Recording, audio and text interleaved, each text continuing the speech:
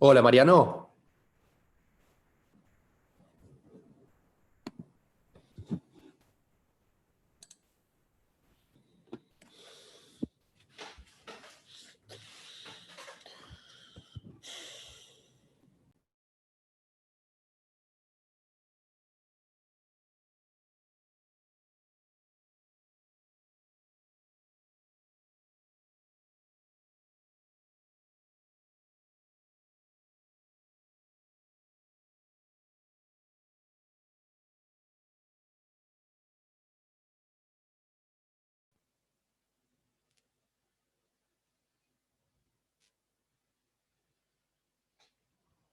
Buen día.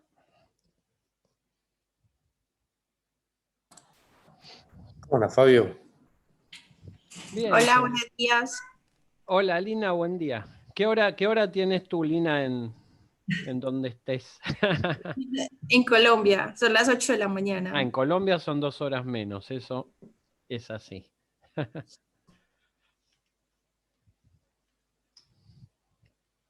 ¿Te habilitaron, Mariano, como anfitrión?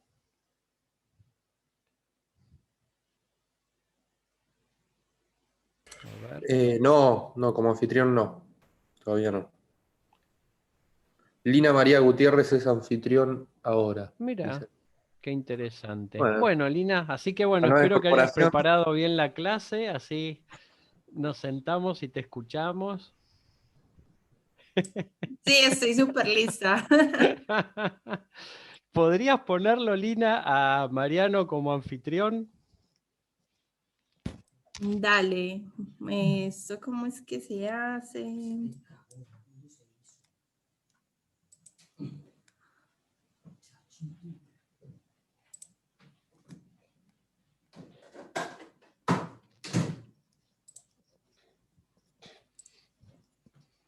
Ailén, buen día, ¿estás con nosotros? Hola, ¿qué tal? Buen día. Ahí en un segundo termino de arreglar todo. Estoy Listo, tratando listo, de, listo, con cámara, todo, tranquila, pero estoy acá. tranquila que falta entrar todavía gente. Lista, buenísimo. Mariano, ¿te parece hacerlo a las 10:30 a partir de la semana que viene? Porque la gente en general descansa bien. Como me digas. Ah, sí, tenía el micrófono silenciado. Sí, sí, no hay problema. 10:30 hasta No, las. digo, consultalo con el resto después. No, esto que Yo, consulta. yo me levanto, pero No, yo Esto es. también, pues en Colombia tenemos clases a las 6 de la sí, mañana. sí, Entonces, sí, sí. El anteaño, que yo llegaba un día, no sé por qué, fuimos temprano a una universidad y eran 6:30 y ya estaban, me extrañó. Acá, ¿en qué hora se comienza, Mariano? Temprano a la mañana, ¿tenés idea? Y el horario más temprano creo que es a las 8. Claro. Eh, Imagínate a las 6. no, pero no va ni el de no, maestranza. Olvidate. acá sí. Pues por ejemplo, yo que trabajo, coger clases en la mañana, pues en semana no me lo permite. Pero los Claro. fines de semana, pues sí es posible. Y en semana es mucha la gente que tiene clases a las 6 de la mañana. No sé cómo hacen todos los días para madrugar a tener clases a las 6 de la mañana. Claro, no, pues hay que levantarse a las 5 mínimo para estar a las 6. Y aparte estar más o menos consciente. Aunque depende, por ejemplo, yo todos los días me levanto más o menos en semana a las 4:10 de la mañana, porque voy a entrenar a las 5 de la mañana para entrar a trabajar a las 7 de la mañana. Y después ustedes comen más temprano, cenan más temprano, ¿cómo es? ¿A qué hora se acostumbra a acostarse? Pues es que depende, pues por ejemplo, yo me acuesto a las 11 de la noche, porque empiezo a las 4 y me acuesto a las 11 porque termino de trabajar a las 5 5 y media de la tarde, a las 6 de la tarde tengo clases hasta las 10 de la noche, entonces ya mientras uno pues come algo, se organiza, todo, ya son las 11 de la noche. Dios. Bueno, los domingos por lo menos se descansa. No, los sábados también, pues duermo hasta más tarde.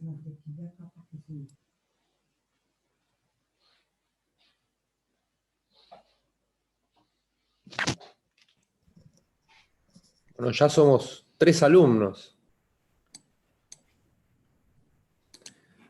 De un total de 9, ¿o no? Porque se sumó otro chico, ¿no, Fabio? Sí, en realidad nadie sabe, porque hay gente que decir, andan mal las cosas, parece. Hay gente que no podía entrar en el campus. ¿Ustedes reciben los mails del campus, que ahora me estoy fijando, son los donde ustedes chequean habitualmente? ¿Reciben las comunicaciones?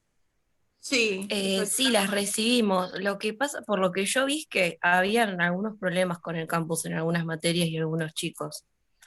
Pero por lo menos yo las de esta materia las recibo bien. Bárbaro. Sí, no, porque en humanos, que son 70, la mitad no las recibe. Entonces es complicadísimo, porque uno quiere avisar algo y no se puede.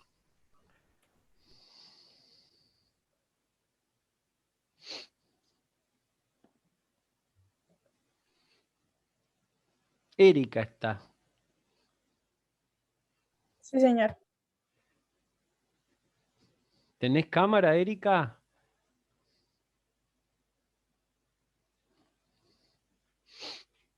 No, señor. Tengo un problema con el computador, entonces por el momento no. Pero tenés micrófono, podés hablar. Sí, señor. Mariano, comencemos si querés, así no estamos... Bueno, antes que nada, buen día. Espero que hayan podido descansar desde nuestra última reunión. Los que cursaban a las 6 de la mañana lo veo difícil, pero bueno, vamos a tratar de acomodar los horarios de manera que pueda ser en un horario donde haya mayor quórum desde temprano. No lo digo especialmente por quienes estén aquí, pero sí para la próxima vamos a intentar hacerlo 10:30. Ahí o está algún horario. Federico, que acaba de venir. Federico, buen día. ¿Es tu Hola, primera buen día. clase? Mi primera clase, sí, sí. Bueno, está, bienvenido. Acá Muchas Mariano gracias. está como coordinador de la comisión y a cargo de la clase de hoy. Y vamos a ver, como también hay múltiples inconvenientes con el acceso, con la habilitación, porque a nosotros nos tienen que habilitar. Cuando uno cliquea y están esperando que los acepten, es que no nos habilitan desde la facultad. Así que, y esta semana tuvimos problemas con todas las materias y todas las comisiones, tanto que una no tuvieron clase porque nunca abrieron el aula. Entonces, para resolver ese problema, a lo mejor lo que podemos hacer es tener un Zoom propio y no sé si como muleto o directamente reemplazar el que nos han dado. Mariano, ¿qué pensás que es mejor hacer? Yo creo que directamente lo mejor sería tener nuestro propio Zoom.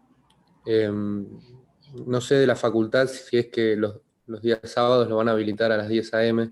Si es A mí me así, dijeron que por única vez se va a habilitar entonces vamos a armar hoy. un link. Y el resto no se sabe. Vamos a tener un link nuestro. Lo voy a programar para todos los sábados. Luego vamos a ver si es a las 10 o a las 10:30. Pero en principio, de esa forma podríamos asegurarnos de entrar de manera puntual. Y bueno, y tener la hora y media de clase, que es por la que ustedes Podés concurren a la facultad. coordinarlo en el yo, mismo... qué pena. Lina. Sí, yo tenía una idea, de pronto, pues no sé si de pronto también podríamos utilizar otras herramientas como son Teams o de pronto Meet, que también pues te dejan tener El un problema link. es que Meet aquí no funciona muy bien. Las plataformas que más stream tienen son Zoom y hemos usado Webex el año pasado con algunos inconvenientes, pero diría que la que mejor funciona aquí en Argentina y tiene mejor conectividad es Zoom. Igual de todas formas, la idea es que sea 1 hora y media de reunión y que podamos tratar de clarificar todas las dudas para resolver los problemas. Lo que Y vamos para a esto, hacer, Mariano, es que sí. en el mismo campus deja el link de la facultad y abajo pone link como lo quieras llamar, un link muleto de Link repuesto de los días sábados, o de lo que directamente. fuera. Bien. Sí, pero puede servir para cualquier circunstancia en la cual no nos abran de la facultad del link, y para no tener que estar esperando y llamando y poniéndonos en contacto con gente a distancia, directamente ya sabemos que si en los 5 primeros minutos, 10 primeros minutos no se abre, vamos al segundo y en el segundo nos encontramos sí o sí. Ujú. Bien, bien. Ahora lo voy Así a va a ser más fácil. programar. Bueno, hoy, la idea de hoy, yo hago la apertura y después me voy, es que nosotros, como dijimos y como ya establecimos, vamos a estar reuniéndonos para solucionar problemas. Los problemas que de alguna manera, a través de los cuales vamos a ir conociendo los puntos de la materia. El primer problema, y de igual manera se va a hacer con los 5 restantes, la idea es que lo vayamos leyendo, pero con determinadas finalidades. El punto no es leer un cuentito y después ver a ver cómo lo soluciono. Una primera habilidad que hay que lograr es que cuando uno escucha al cliente o escucha o lee el determinado problema, poder escanear de ese comentario o de esa lectura qué es lo relevante jurídicamente hablando.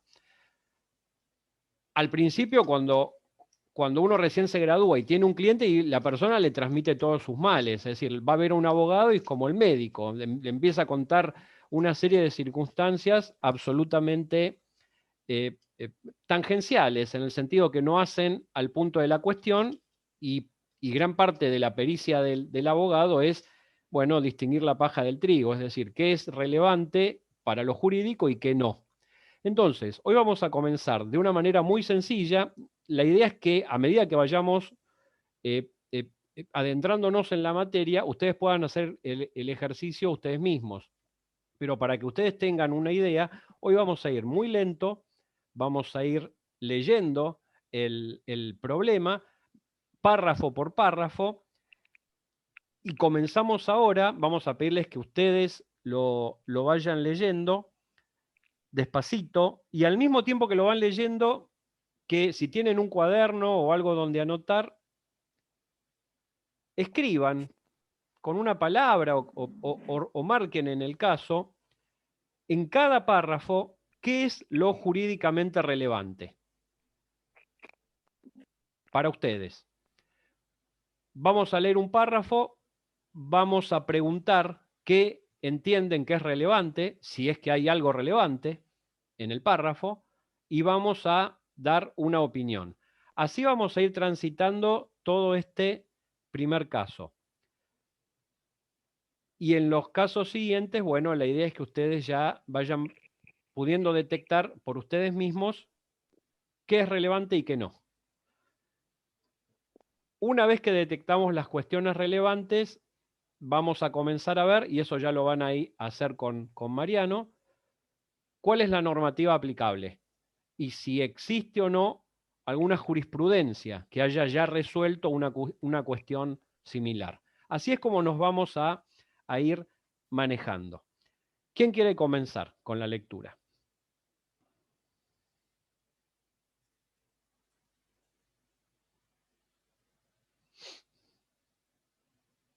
¿Quieren que comience?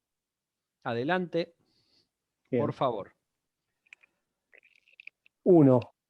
La Unión de Repúblicas Medelinas y el Estado de Popular de Raba son 2 países vecinos enfrentados a lo largo de la historia en numerosas guerras por la disputa de la hegemonía regional del continente armadólico. La última se llevó a cabo en el año 1877, cuando luego de bajas militares en ambos bandos, se logró firmar un amnisticio que puso fin al estado de guerra. La paz se lograba en base a un principio que reconocía la salida litoral de ambos estados.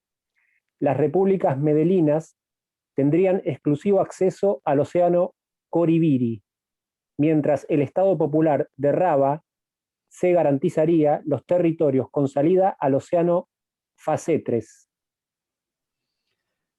Bueno, seguramente lo vamos a volver a leer. Despejen todos los nombres, podría ser A y B, los estados. ¿Qué es relevante acá de esta información que se acaba de escuchar? ¿Qué es jurídicamente relevante? ¿Qué les parece? Puede ser primero que son países vecinos, limítrofes. ¿Ante qué tipo de conflicto estamos?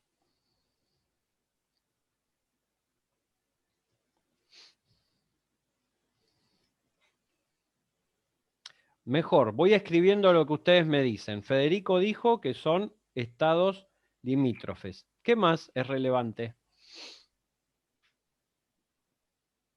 Que estuvieron en guerra mucho tiempo.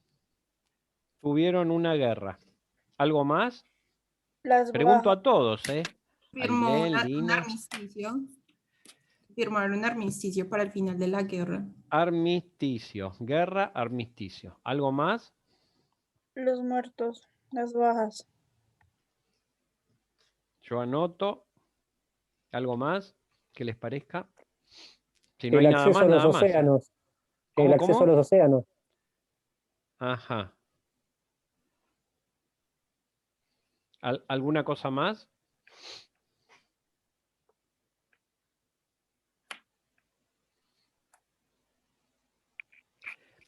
Fíjense, yo haría lo siguiente para que lo vean bien. Si tienen 2 hojas, en una hoja escriban lo que a ustedes les parece interesante y en otra algunas ideas que les voy a ir dando.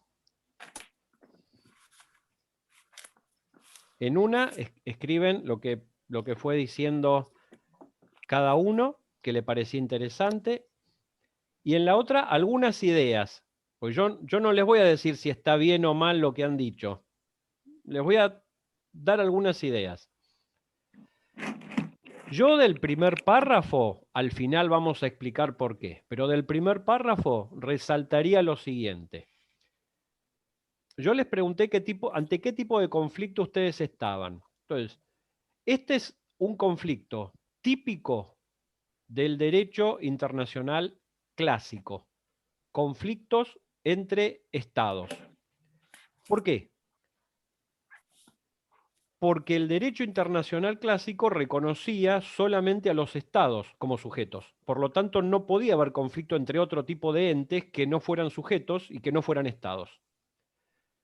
Con esto estamos diciendo que hoy en día el tipo de conflictos puede ser mucho más variado en cuanto a sujetos, porque hay otros sujetos aparte de los estados, y en cuanto a temáticas, sobre todo.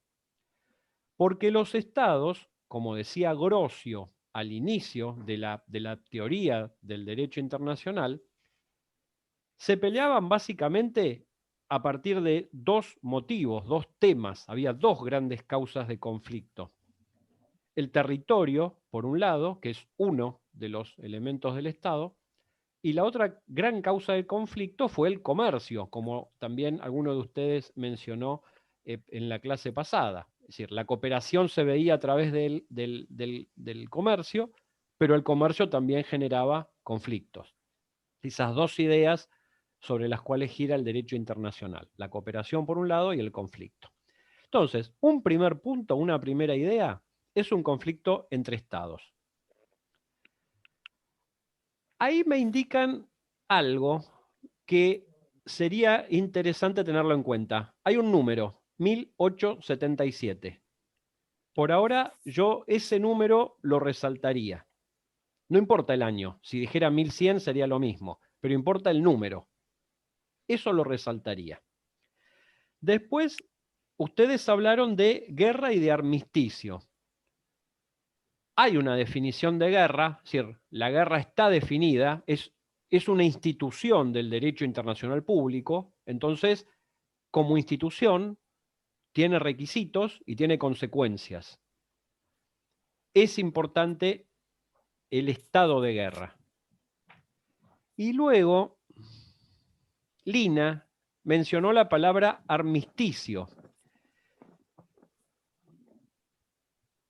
Tendría que saber qué significa la palabra armisticio. ¿Qué significa jurídicamente? Es decir, ¿cuáles son los efectos jurídicos de un armisticio? Eso lo tendría que anotar para buscarlo, porque no lo sé. Entonces, la pregunta es, si la guerra es un Estado, es una institución del derecho internacional, ¿el armisticio pone fin a esa institución, a ese estado de guerra?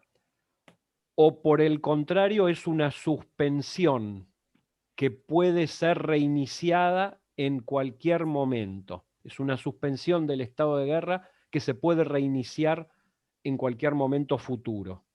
Eso es muy importante. Y en tercer lugar, mencionaron lo de las bajas, habría que ver después si es importante o no, pero mencionaron lo de la salida, es decir, parece que cada estado se quedó con algo de lo que quería, no fue que uno derrotó al otro, impuso todo.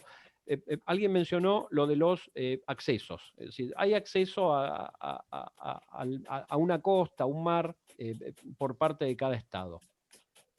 ¿Cómo se logró esto? Y evidentemente a través de un tratado, de un convenio entre los estados, un tratado. Los estados han evidenciado, manifestado su voluntad.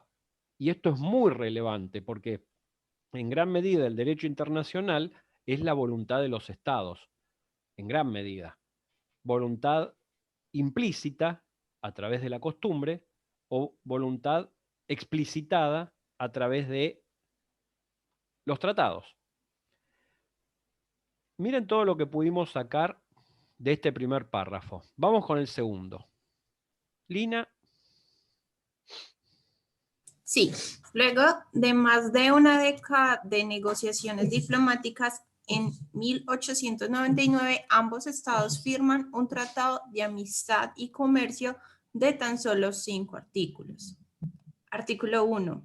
El presente tratado entrará en vigor 60 días contados desde la fecha en que se lleve a cabo el canje de instrumentos de ratificación entre las partes. Artículo 2.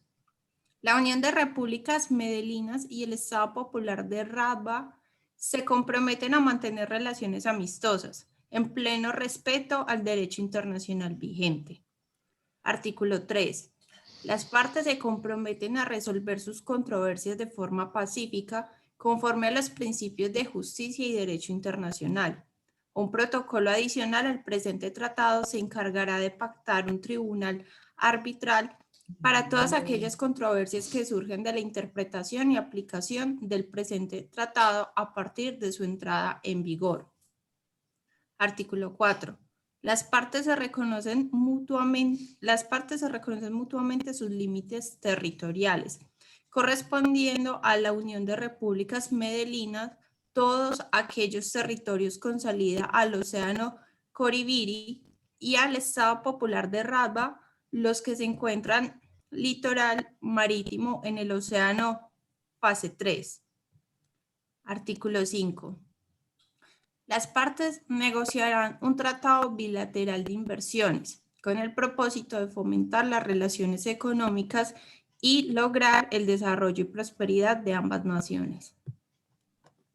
Bueno, muchas gracias, Lina. Podés tomar un vaso con agua. Acá tenemos un tratado, tenemos artículos y, bueno, eventualmente el contenido será importante. Tendremos que ver después, a partir del conflicto que se suscite, tendremos seguramente después que volver, cuando terminemos de leer el caso, seguramente tendremos que volver a ver el articulado a partir de los puntos de conflicto para ver cuál fue la obligación de las partes. Pero de la lectura que hizo Lina, ¿habría algo relevante más allá de las obligaciones, derechos y obligaciones de cada estado? ¿Hay algo que les llame la atención de este tratado? El año. Bueno, nuevamente tenemos otra fecha y como la primera fue relevante, la segunda también. ¿Algo más?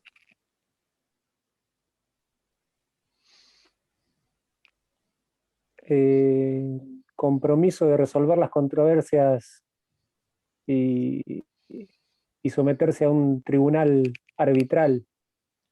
Muy relevante ese punto, porque tradicionalmente los estados desde el inicio del derecho internacional, fueron libres para resolver las controversias de la manera que creyeran conveniente. Y dentro de esta conveniencia, dentro de esta posibilidad, estaba el uso de la fuerza, el uso directo de la fuerza. Por lo tanto, el recurso a la guerra, el recurso al uso de la fuerza, fue una demostración más de la soberanía de los estados. Estaban perfectamente habilitados, era perfectamente lícito, acorde al derecho internacional, el recurso a la fuerza. Y en última instancia, si no se podía llegar a un arreglo en la mesa de negociaciones, entonces el Estado más poderoso iba a imponer su voluntad a través de la guerra. Muy simple. Con lo cual siempre había alguna suerte de amenaza implícita en la mesa de negociaciones, pues era mejor llegar a un acuerdo o aceptar la voluntad del Estado más poderoso que padecer una guerra, perderla y después tener que aceptar esa misma voluntad. Eso cambia en el derecho internacional básicamente en el siglo XX y básicamente, si bien es una evolución, no lenta, porque es una evolución de 3 o 4 décadas, pero la idea de recurrir a la fuerza comienza a perder fuerza después de la Primera Guerra Mundial y cambia absolutamente después de la Segunda, con la Carta de Naciones Unidas. Hoy en día, la idea principal es que la fuerza, el uso de la fuerza individual por parte de cada Estado está prohibido por el derecho internacional. Con lo cual, el principio que rige es el inverso. El principio de la solución pacífica de controversias es la legalidad, es la obligación que tienen los Estados, resolver pacíficamente sus controversias. Pero no estamos en 2021, estamos en 1899.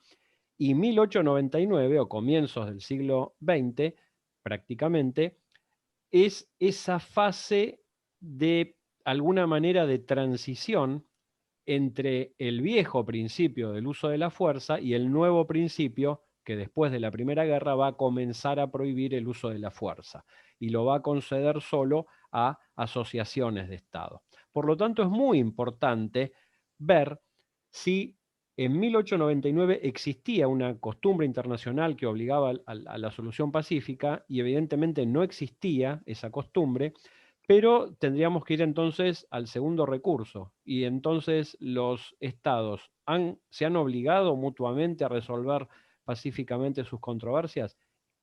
Y sí, La es Convención la de la respuesta. Haya, ¿puede ser? Bueno, en 1899 hubo dentro de diversas actividades que se realizaron ese año a partir de conferencias internacionales, la Exposición Internacional de París, fueron las conferencias de La Haya sobre la paz, donde de alguna manera se comienza a sembrar esa idea de la solución pacífica de controversias. Exacto. Vamos con el tercero. Pregunten todo lo que quieran, o algo que no hayan entendido.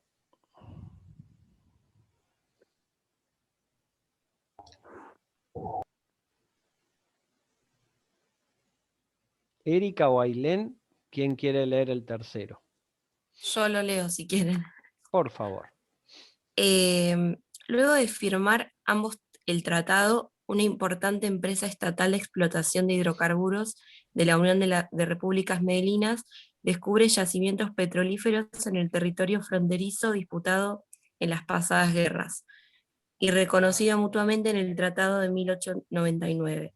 Notificado de los acontecimientos, el Congreso de la Unión de Repúblicas Medelinas insiste en la necesidad de formular reserva del artículo 4 del tratado. El Poder Ejecutivo accede.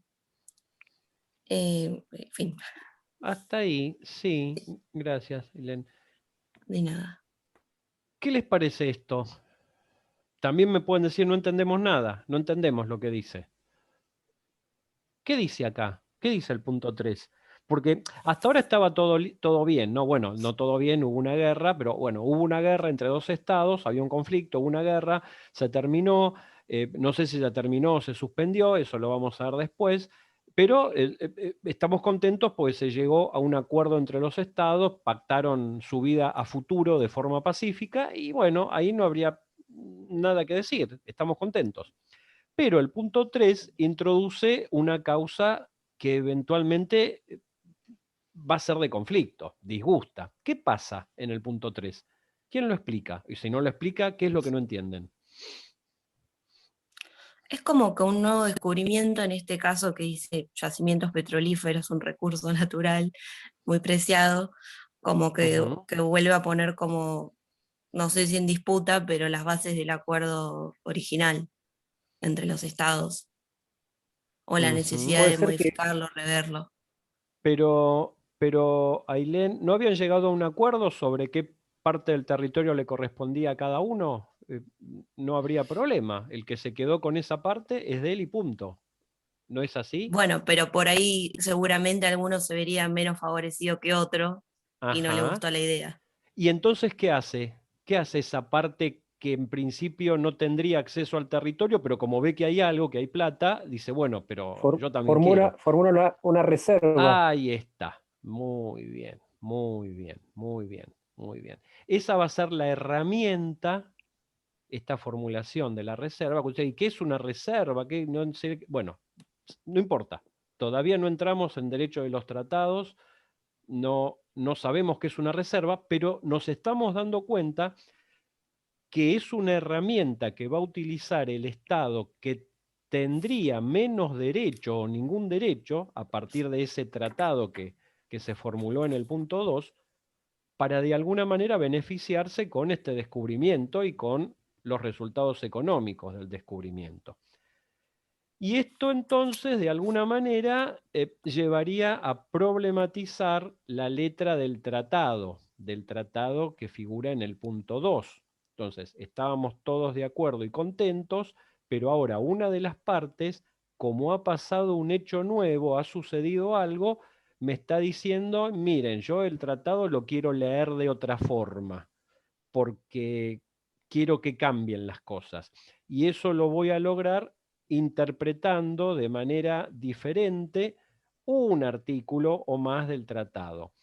Mi interpretación propia de un artículo del tratado, lo que yo creo que dice un artículo del tratado, lo que yo como parte, ¿no?, del tratado, creo que dice, va a ser la reserva.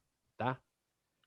Por ahora damos esa definición, antes de entrar en definiciones más complejas, pero entiendan que si ustedes redactan un artículo de alquiler o de lo que fuera, cualquier contrato, un artículo de cualquier contrato, ustedes quieren realizar una interpretación propia que los beneficia más o incluso negarse a que alguna de las, en tratados multilaterales, ¿no?, que alguna de las cláusulas de los artículos se les aplique, formulan una reserva. Se entiende que digo en tratados multilaterales, afirmar que una cláusula no se aplica, porque en un tratado bilateral, si ustedes no están de acuerdo con una cláusula, y no va a haber contrato hasta que la cláusula se elimine o se modifique. Pero en un tratado multilateral, donde hay muchas partes, a lo mejor para que todas estén de acuerdo, hay algunas cláusulas que no son queridas por todas las partes. Entonces se permite a algunas de las partes, las que no están de acuerdo con esa cláusula, que formulen una reserva y que digan, esa cláusula con la que no estoy de acuerdo no se aplica, no se me aplica.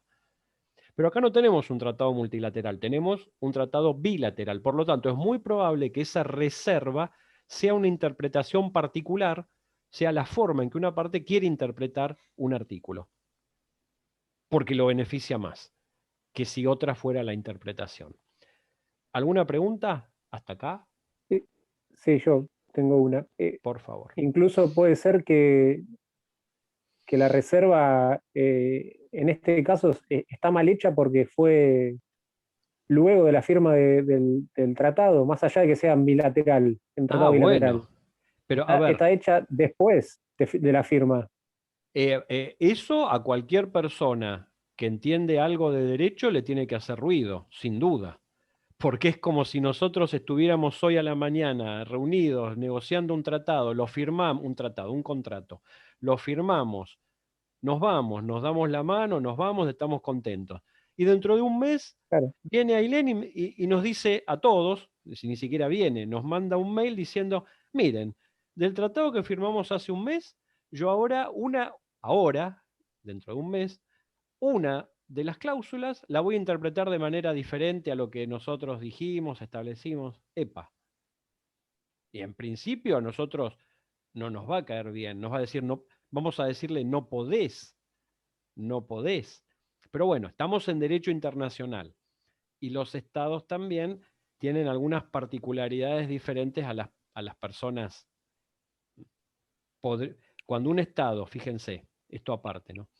Cuando un estado firma cualquier tratado internacional, ¿qué pasa si luego, durante la vigencia de ese tratado internacional, dicta algunas normas internas, algunas leyes, algún decreto o cualquier otra norma de menor rango que se opone a ese tratado o que, aun cuando no se oponga abiertamente, a través de la puesta en práctica de esta norma interna, violenta, hace imposible, obstaculiza conseguir el objeto y el fin de ese tratado?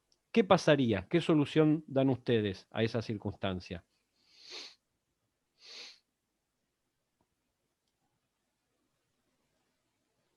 ¿Qué dirían como futuros abogados?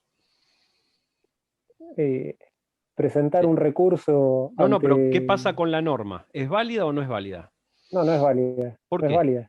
¿Por qué? Si el Por Estado la siguió, supremacía de leyes, perdón. el Estado siguió todo un segundito le contesto, o lo trato de problematizar a Federico. El Estado siguió todo el procedimiento interno de aprobación de las normas, o la autoridad competente fue la que dictó la norma. ¿Por qué no va a ser válida? Porque hay normas superiores que se están violando. Ahí entonces estamos de acuerdo con Ailén. Ailén, ¿qué ibas a decir? Bueno, que en realidad depende de cada estado. En el caso de Argentina, que equipara, digamos, lo que es la Constitución Nacional y los tratados internacionales, como en el mismo escalón, como en la pirámide, o sea, lo más jerárquico. Entonces, cualquier legislación interna que se oponga tanto a la Constitución como a los tratados internacionales que suscribe el país, en teoría no deberían ser válidos. ¿Por qué? Siempre va a estar por encima los tratados internacionales. Eso es lo que Y eso decía acarrearía Federico. incluso responsabilidad. ¿Sería una cuestión de jerarquía? ¿Eso es lo que vos decías, Federico? Sí, si está dentro de... Si está en la Sí. Constitución, por lo menos, sí. Y si fuera una sola cuestión de jerarquía, sería muy fácil, porque el legislador interno entonces diría, como yo quiero que mi norma sea válida y esta cuestión de la jerarquía me lo está impidiendo, lo que hago es establezco en la Constitución que el derecho interno es siempre superior a cualquier tratado internacional y que por lo tanto puede modificarlo cuando yo quiera, yo legislador interno quiera. Y ahí que me dicen. No puedo hacer eso. ¿Por No, qué? porque un legislador, claro, no puede hacer eso. ¿Por qué? Porque estaría violando normas internacionales que ya suscribió. Las normas internacionales también son superiores. Bom dia, También de Gregory. derecho.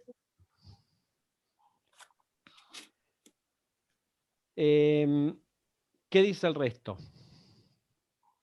Adhiero a lo que dijo mi compañera. Bueno, fíjense, esto es solamente para que ustedes estén ablandando el oído con algunas cuestiones de derecho internacional, ¿no? No es que tengan que tomar nota, pero para que entiendan el sistema. Lo que dijo Erika, desde el análisis que hace cualquier abogado interno, cualquier persona que conoce el derecho interno, es impecable. Porque sería lo mismo que decir que yo contrato con cualquiera de ustedes, yo realizo un contrato con Federico, a los 3 días me arrepiento y le digo, no, mira, yo ahora no voy a cumplir. ¿Por qué no? Sinceramente, porque decidí internamente, hablando conmigo mismo, decidí que no. Punto. Chau. Y eso a ustedes les choca, evidentemente. Dice, bueno, no lo puede hacer, no es válido. Este mismo ejemplo tan simple que les doy, en derecho internacional, se puede hacer muy fácilmente, porque hay estados que, dentro de su teoría constitucional, establecen, o a partir de la misma jurisprudencia de sus tribunales superiores, establecen que el derecho interno es superior al derecho internacional. Con lo cual, pueden pueden, a través de su normativa interna, modificar, cancelar, suspender sus obligaciones internacionales. Pero esto nos suena raro, nos suena injusto y sobre todo nos suena ilícito desde el punto de vista del derecho internacional. Tanto es así que hay una convención, hay muchas convenciones en Viena, creo que ya lo habíamos dicho. Hay una convención que es la Convención de Viena sobre Derecho de los Tratados, que ustedes la van a ver más adelante. Y en uno de sus artículos establece, en general es el artículo más citado de esa Convención de Viena, establece que lo contrario, lo que acaban de decir ustedes, lo que acaba de decir Erika. Ningún Estado puede invocar disposiciones de su derecho interno para incumplir un tratado internacional, que es una cuestión muy básica que ya afirmaban los romanos, ¿no? Pero que en derecho internacional recién se pudo afirmar en la década del 60 con la Convención de Viena sobre Derecho de los Tratados, y que hoy en día se estima que es un principio consuetudinario, es decir, es una norma consuetudinaria. Los estados no pueden invocar disposiciones de derecho interno para incumplir tratados internacionales. No obstante, a pesar de esto, a pesar de que hay una convención y que es considerada una norma consuetudinaria, hay estados, como dije recién, que prevén en su constitución, en su normativa interna y o en su jurisprudencia esta situación, en donde otorgan primacía al derecho interno por sobre el derecho internacional. Como dijo Erika, como dijo Ailén, como dijo Federico, esto no termina ahí, porque toda vez que un Estado privilegia una norma interna, sea una norma infraconstitucional o sea su misma constitución, por sobre el derecho internacional, genera responsabilidad internacional. El punto es, la gran pregunta es, ¿y qué pasa? Muchos estados deciden generar responsabilidad internacional, deciden privilegiar su propio derecho, generando responsabilidad internacional, porque esa responsabilidad queda ahí, queda en abstracto, porque no hay un procedimiento efectivo que implique una condena, una sentencia condenatoria en contra del Estado o algún tipo de efecto negativo. El ejemplo extremo es Estados Unidos, tal vez, en donde la misma jurisprudencia de Estados Unidos, por decir un ejemplo de América, ¿no? Y de países, entiendan, cuando digo el mayor ejemplo, de países democráticos, porque por supuesto que países de estructura política autoritaria y mucho más las dictaduras, ni les importa. Pero dentro de los estados democráticos que tienen que respetar el principio de legalidad y sobre todo los derechos humanos, Estados Unidos es tal vez el ejemplo más concreto en donde su propia jurisprudencia privilegia el derecho interno por sobre cualquier obligación internacional, sea convencional, sea establecida a través de un tratado o a través de la costumbre, o sea, no respeta la costumbre internacional en función de privilegiar su derecho interno, aunque genere responsabilidad internacional que queda ahí, como una situación en donde se genera responsabilidad, pero como no hay un procedimiento efectivo, no va a haber jamás una condena y mucho menos esa condena va a ser llevada a la práctica. Resumiendo, hasta ahora lo que hemos dicho es que, bueno, la reserva a un tratado tiene que tener ciertas formalidades y en principio el derecho internacional me dice que un Estado no puede crear normas él mismo, él solo, para incumplir obligaciones que ha pactado frente a otros Estados. El no puede es un deber ser, jurídicamente no puede. En los hechos, si lo hace, entonces estará generando responsabilidad internacional y ahí tenemos que detenernos, porque no podemos decir, y entonces va a ser denunciado y enjuiciado ante un tribunal. No, no, no, porque no existe ese tribunal que obligatoriamente juzgue conductas de estados que generan responsabilidad internacional. Lo más cerca que llegó la comunidad internacional es la Corte Internacional de Justicia. ¿Pero qué? ¿Qué pasa con la Corte? ¿Cuál es el problema de la Corte Internacional de Justicia? Si alguien lo sabe.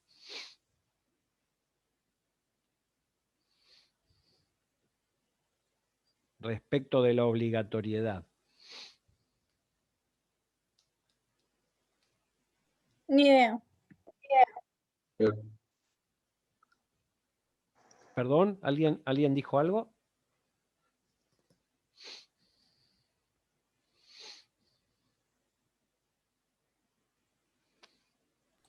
Creo que dijeron ni idea.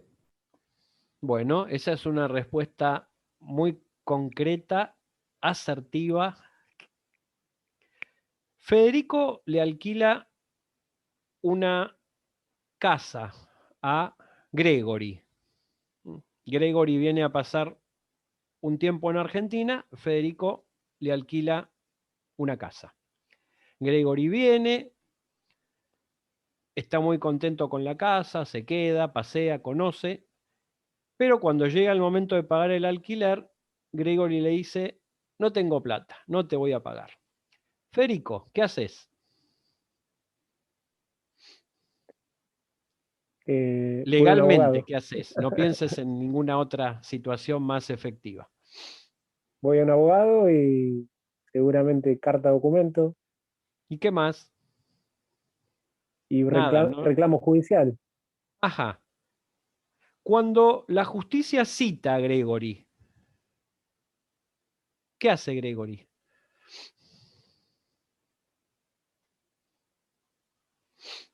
Puede decidir. Yo voy a la policía. ¿Puede Gregory decidir no concurrir?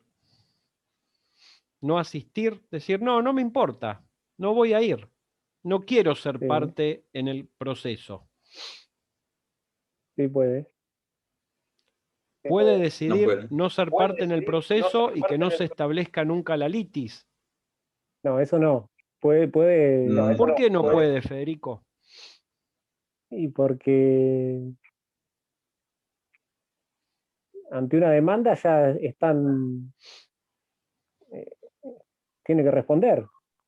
Porque en cualquier sistema jurisdiccional interno, doméstico, son sinónimos, interno o doméstico, en cualquiera de nuestros sistemas, en el colombiano, en el chileno, en el brasileño, en cualquier sistema doméstico, la jurisdicción es obligatoria, no podría ser de otra forma. No puede depender de la voluntad que una parte tenga de existir procesalmente o no. Lo que podrá es no presentarse y el juicio seguirá su curso. Pero la existencia del juicio no depende de la voluntad de las partes. En el derecho internacional, siempre, la jurisdicción es voluntaria. Los juicios, los procesos, todos los casos que ustedes van a estudiar existen porque los estados quisieron ser parte del proceso y quisieron dar vida a ese proceso. Entonces, Profe, sí, qué pena, sino que pues ahora que estamos hablando de eso, pues de este tema muy puntual es por el hecho de que, digamos, acá en Colombia pasó algo así. Nosotros pues siempre hemos tenido lo que es el mar de San Andrés y Providencia, que nos pertenecen, y pues hace mucho, pues por tradición siempre ha pertenecido a Colombia, pero hace unos años Nicaragua dijo que le pertenecían y reclamó toda esa parte, toda esa plataforma marítima y reclamó San Andrés y Providencia como suyos también. Y pues nosotros, porque todos se había ratificado ante la Haya, pues empezó el juicio. Lastimosamente perdimos una parte del mar, pero nos quedamos con San Andrés y Providencia. Pero entonces ahí es cuando uno entra pues, o yo pienso, pues, la verdad, no tengo muchos conocimientos en derecho, pues, qué pena. Pero pues que uno empieza a ver como ¿Bajo qué circunstancias? Pues porque mire que acá, por ejemplo, no aplica la tradición, porque aunque toda la vida había sido de nosotros, pues fue factible que nos quitaran esa parte de territorio, de mar. Entonces eso es, pues, o sea, ¿bajo qué concepto eso se puede hacer? Pues no, esa es la parte como que me genera como esa duda, porque que se puede hacer, pero ¿por qué yo solamente puedo llegar y reclamarte después de siglos? Esto es mío. Bueno, a ver, respecto del caso en sí, no sé si lo veremos o no a ese caso puntual, pero siempre que existe una controversia y que la misma es admitida en un tribunal internacional, en este caso la Corte Internacional de Justicia, es que la misma no está resuelta.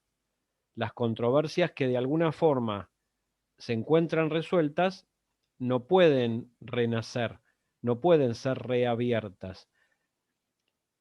Y muchas veces los estados tienen controversias centenarias, porque los estados existen desde hace siglos. Hay estados que existen desde hace miles de años, pero nuestros estados existen desde hace 2 siglos en general. Y por lo tanto tienen controversias que aún no han sido solucionadas.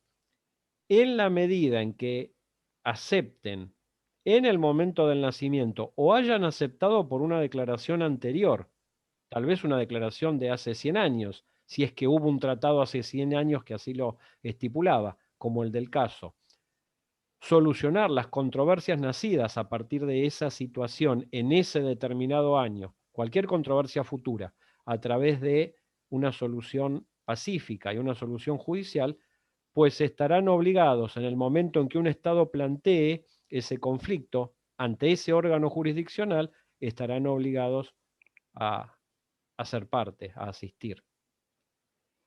Luego, en función de determinados fundamentos que cada Estado alegue, que en cuestiones territoriales tienen que ver con las formas de adquisición del dominio. Como en derechos reales ustedes estudian las formas de adquisición del dominio, es decir, cómo se adquiere el dominio, cómo los romanos decían que se adquiría el dominio, cómo se adquiere hoy en día en una sociedad occidental que reconoce la propiedad privada. Bueno, ustedes sabrán responder cómo pasan a convertirse en dueños de algo, y ahí tendrán que diferenciar a los inmuebles, de los muebles, de los semovientes. En los estados pasa lo mismo. ¿Cómo adquieren los estados el dominio sobre una porción de su territorio? ¿Cómo fueron adquiriendo el dominio sobre las distintas partes de su territorio? Y ese fue uno de los conflictos más numerosos del derecho internacional durante siglos, que lógicamente a medida que va pasando el tiempo, cada vez hay menos conflictos de este tipo, porque los estados de alguna manera van solucionando esas demarcaciones territoriales, pero todavía algunas quedan, como la que vos mencionaste, Lina, como la de Chile con Bolivia el año pasado, para que Bolivia pretendía obtener una salida al Pacífico, como la de Malvinas entre Argentina y el Reino Unido. Entonces, son cuestiones territoriales. Brasil también las tiene, o las tuvo. Entonces, en estas cuestiones, cada parte tiene su fundamento. Vos decís, yo no sé, algún fundamento evidentemente habrá tenido Nicaragua de peso, jurídicamente hablando, para no perder la disputa de manera completa. Rafa, entonces en este caso, si digamos Colombia no hubiese aceptado, digamos, pues ser juzgado o sí, poder ser juzgado ante la Haya, ¿cómo se hubieran podido, pues, como mediar ese territorio? Porque pues eso fue uno de los puntos controversiales, porque dijeron como que Colombia tenía la opción de decir sí o no, y él decidió mandarlo, pues, ser juzgado internacionalmente, pero o sea, estábamos en la facultad de decir que no. Bueno, la admisibilidad del reclamo es decidido por la Corte Internacional de Justicia. Una vez que el Estado decide, o una vez que el Estado hubo decidido tiempo atrás aceptar la jurisdicción de la Corte, ya después no puede volver atrás. Y la aceptación de la jurisdicción es una decisión política, sin duda, no es jurídica. El gobierno en determinado momento, actual o pasado, decidió aceptar la jurisdicción de la Corte. Y lógicamente, cuando uno acepta la jurisdicción, no tiene una seguridad absoluta de cuál va a ser el resultado de la sentencia. Se entiende que privilegia esa forma porque descarta otras, incluso aquellas que pueden ser violentas. Si no se hubiera aceptado en el pasado o no se hubiera aceptado en el momento la jurisdicción de la Corte, el conflicto seguiría latente. Pueden explorarse otras formas pacíficas de solución o incluso podría dar lugar, es menos posible hoy en día, ¿no? En el siglo XXI, pero nada dice que fuera una idea descabellada. Podría dar lugar al uso de la fuerza por parte de alguno de los países o de ambos. Argentina estuvo a punto de ir a la guerra con Chile en la década del 80, porque los gobiernos de ese momento, bueno, el contexto generaba esa posibilidad. Hay guerras hoy en día en el mundo. Bueno, es una posibilidad. ¿Hubiera sido tal vez una posibilidad? No sé. Pero con el diario del lunes, claro, uno dice, bueno, como el resultado no me convino, yo ahora entonces, y no. Una vez que lo mismo le pasó a Bolivia, ¿no? Que decidió, una medida política, decidió llevar el tema de su salida al mar y finalmente perdió. Perdió, pero sin ningún atenuante. Dice, bueno, ¿por qué fuimos? Y bueno, pregúntenle al gobierno que decidió ir.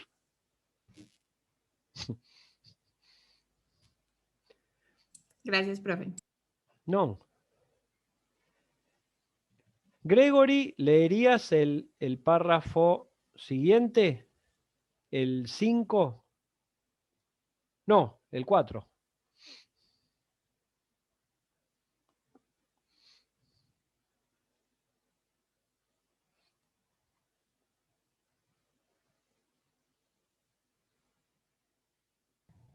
Lo leo yo. Por favor. Cuarto, ante dicha situación, la Cancillería del Estado Popular de Rabat decide presentar objeción formal ante la reserva en los siguientes términos. Dado que la reserva emitida por la Unión de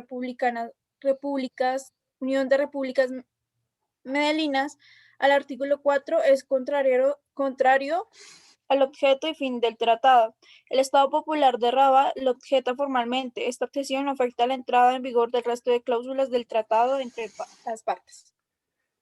Una sola cuestión aquí para resaltar. Evidentemente, si la República, uno de los estados, quiere ampliar sus derechos a través del uso de esta herramienta de las reservas, el otro no va a estar de acuerdo, es obvio. Esa falta de acuerdo la expresa, y en cualquier circunstancia en que un estado no está de acuerdo con la interpretación o con la conducta que su contraparte, que el otro estado con el que ha contratado, está llevando adelante, la fórmula por la cual se expresa esa inconveniencia, en este caso la falta de adecuación de la reserva, la falta de oportunidad de la reserva, la forma es expresar que esa circunstancia, esa conducta, en este caso, esa reserva, es contraria, y eso remárquenlo, ténganlo presente siempre, al objeto y fin del tratado.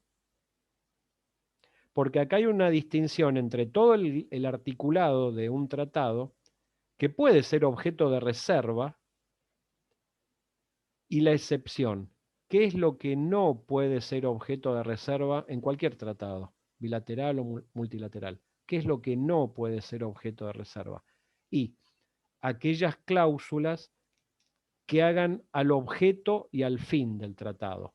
Serían esas cláusulas fundamentales del tratado. Es como si en un contrato de compraventa de un auto yo hiciera reserva al precio o al auto a entregar. Y lo esencial en el contrato de compraventa de un auto es entregar el auto y pactar el precio y pagar el precio. Si alguna de las partes hace reserva, no, yo en lugar de entregarte este auto te voy a entregar otro, o en lugar de pagarte el precio te voy a pagar la mitad, y no se puede hacer reserva a eso, porque eso es el objeto y fin del tratado. Esas cláusulas hacen al objeto y fin del tratado. Con lo cual, es importante que ustedes destaquen, busquen en cualquier tratado cuál es el objeto y el fin. Y estas cosas no pueden ser modificadas por las partes, mucho menos a través de una reserva. ¿Alguna pregunta? Vamos con el punto 5. Está 2 veces el 5, con el primer 5. Este. Ah, no lo están viendo.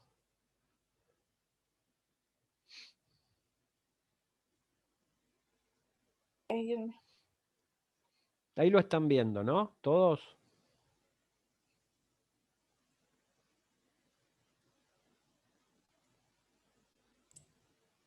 ¿Ahí lo ven?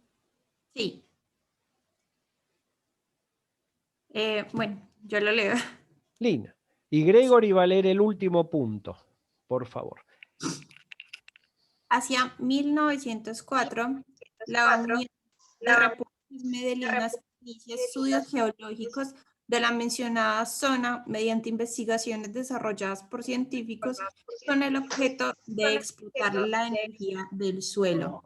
El Estado Popular de Radva encuentra intolerable esta situación y moviliza el tercer regimiento de caballería a la zona a efectos de repeler lo que considera una invasión. Luego de expulsar a los científicos, cientos de civiles participantes del proyecto son masacrados por las tropas. Ante esto, la Unión de Repúblicas Medelinas declara formalmente la guerra y moviliza sus tropas de infantería. Ustedes fíjense cómo fue escalando el conflicto desde la interpretación que hace un Estado del tratado hasta, lógicamente, la interpretación a través de la reserva la hizo con alguna finalidad. La finalidad era esta.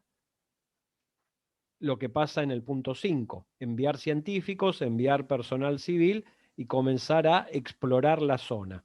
Y esto genera, finalmente, un conflicto armado. Último punto. Em uma guerra limitada e corta ao tempo, a União da República Medellina derrota Rabat, ocupando o território de disputa. Apesar das protestas do Estado Popular de Rabat, a URM ha instalado ao longo das últimas décadas uma base militar, además de explotar hidrocarburos em la empresa estatal.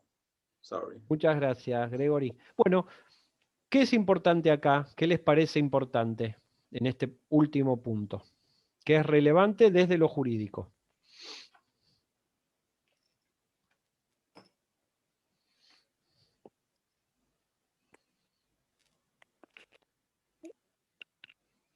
La ocupación del territorio por una de las partes.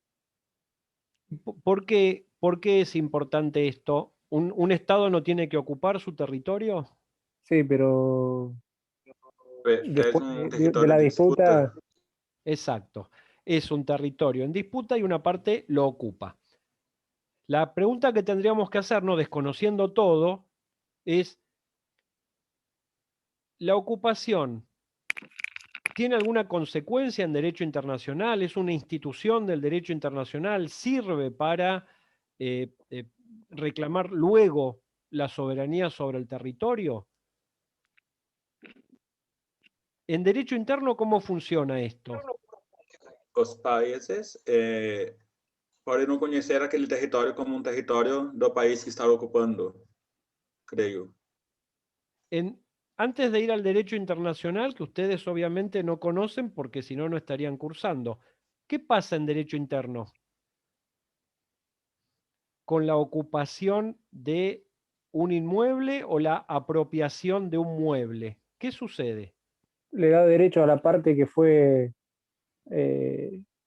perjudicada a solicitar a la justicia que que expulsen ¿Cuál sería el al principio? ocupante. Federico, estamos en Argentina, donde continuamente uno prende la televisión y ve que hay grupos de personas que ocupan terrenos. Sí. ¿Cuáles serían los principios? Porque el otro día, escuchando a una de las personas que lideraba a quienes ocupaban terrenos, decían, estos terrenos no son de nadie, no tienen propietario. Nosotros necesitamos un lugar donde vivir y venimos a establecernos acá, porque no son de nadie. ¿Cuál es el principio general en relación con la adquisición del dominio? Si no son de nadie, son del Estado. Y entonces,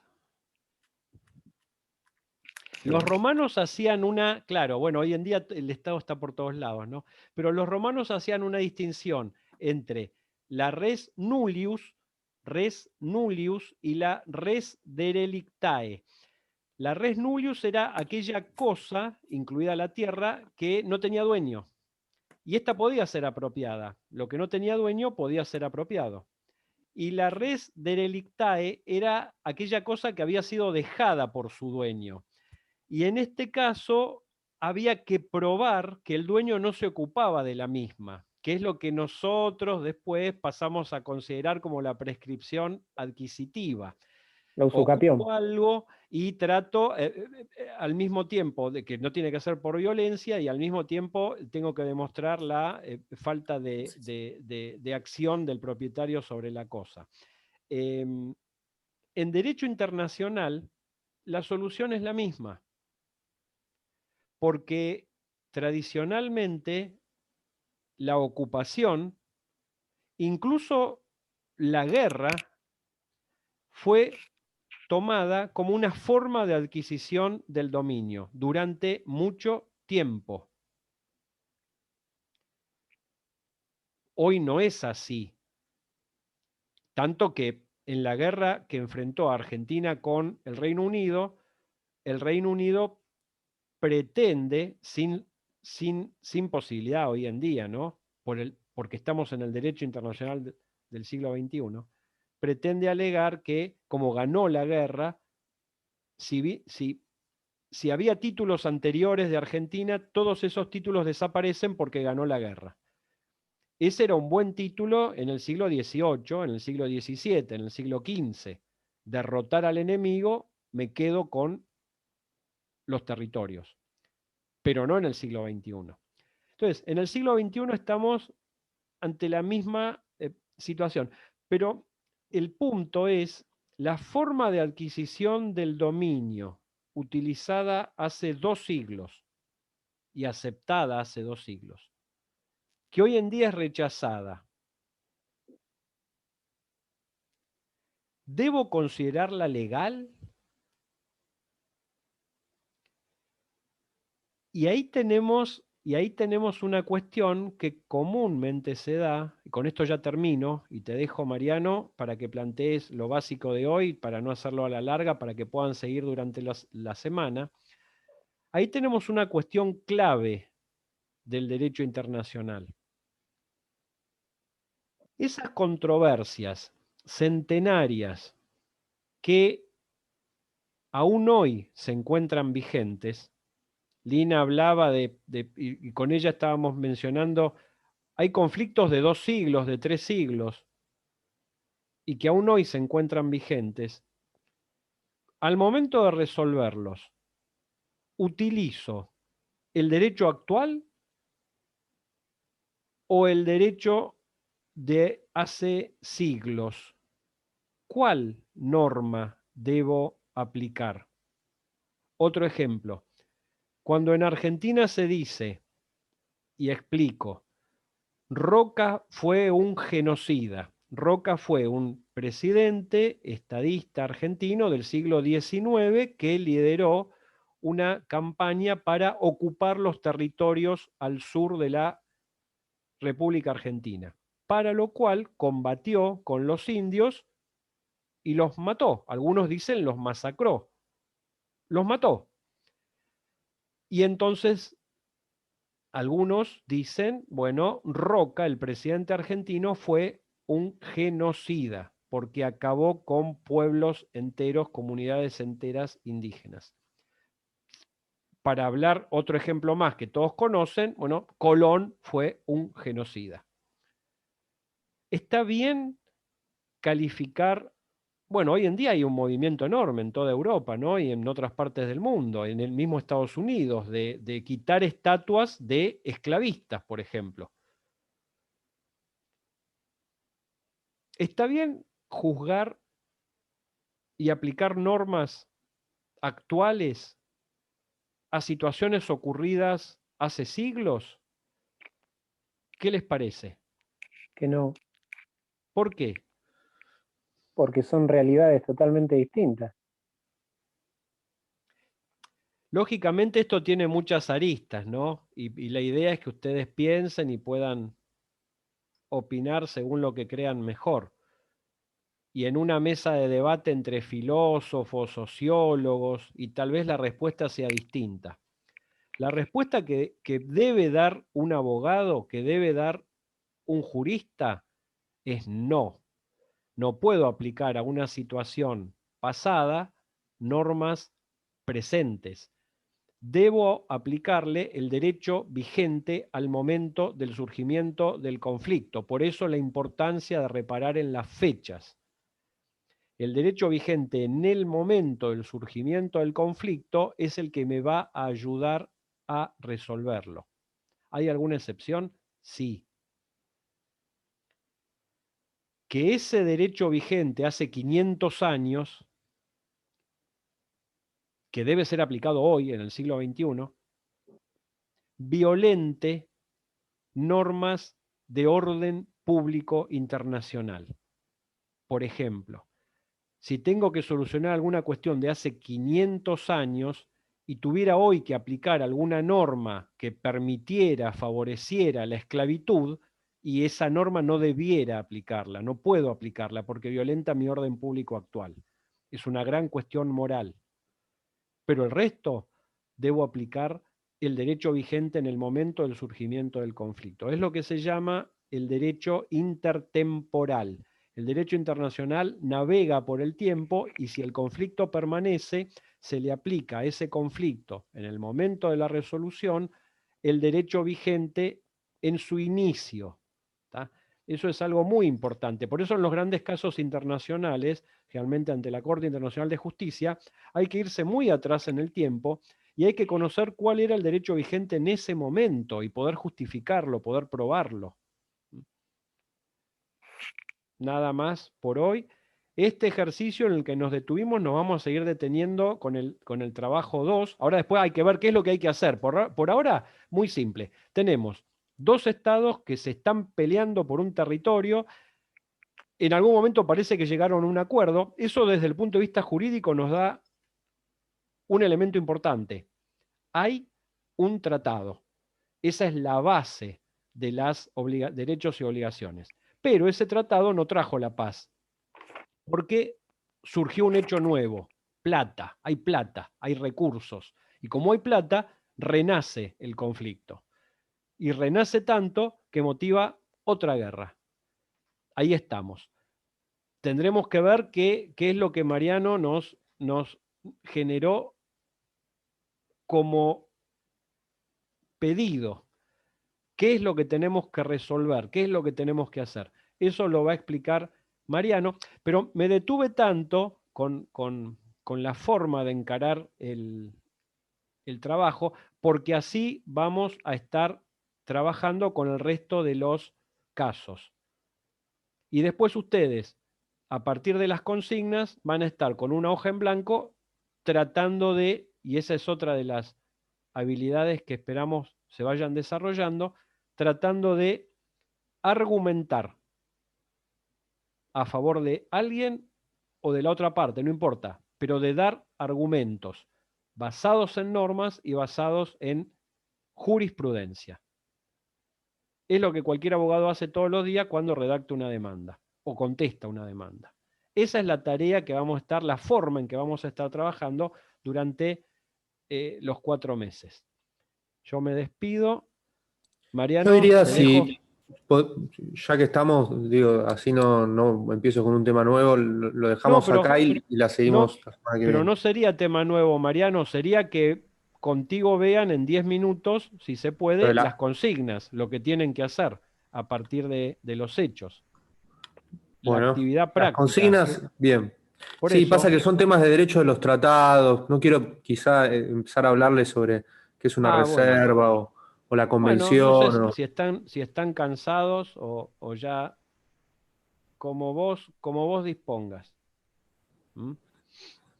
Sí, sí, yo diría, sí es mejor si lo seguimos directamente el miércoles y quizá estén todos presentes. ¿Y el lunes no tienen clases? El lunes no, el miércoles. Ah, ¿ya saben todos? Sí, está en el cronograma.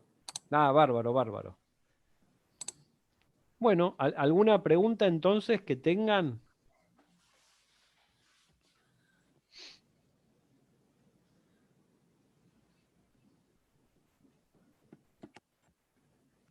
No, pues yo lo único que quisiera es como, si al terminar la clase me podría quedar un momentico hablando algo con el profesor Mariano.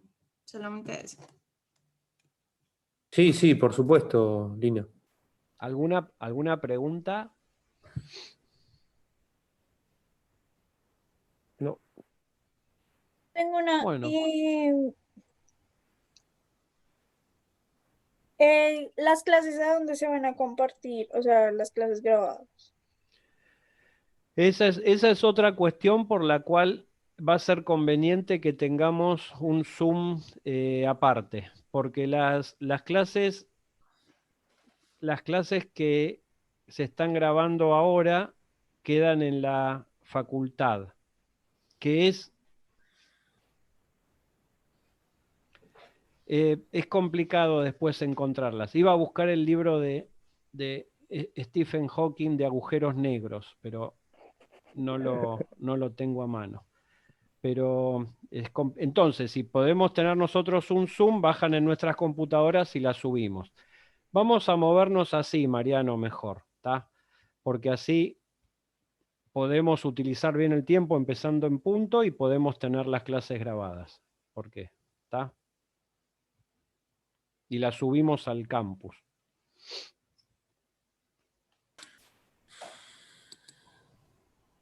Listo, profe. Bueno, ¿alguna pregunta más? ¿Se cansaron? Ah, me van a decir que no, claro. Bueno, seguimos hasta las 3 de la tarde. Bueno, listo. Por mi parte nada más entonces. Sí, yo me despido. Si quieren preguntar alguna.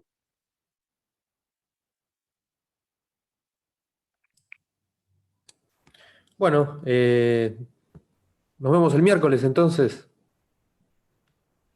Bien, bueno, bueno, me quedo con Lina que quería hacerme una pregunta.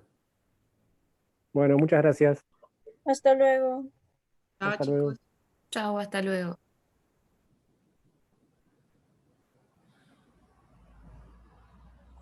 Lina.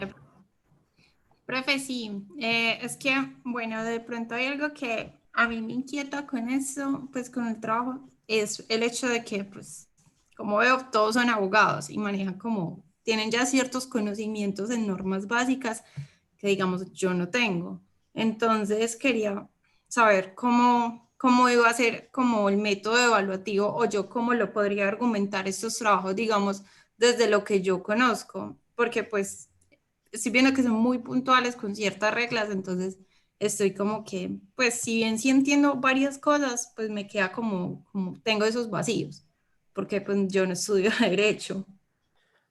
Mira, Lina, no te das problema porque vos con las clases y el material que tenés en el campus te va a ser suficiente y te va a sobrar para poder resolver todos los problemas. En principio, vamos a tener en cuenta que vos no sos ni sos estudiante de Argentina y por lo tanto seguramente algunas cuestiones que hagan a la parte más constitucional, incluso los alumnos extranjeros lo tengan un poco menos presente.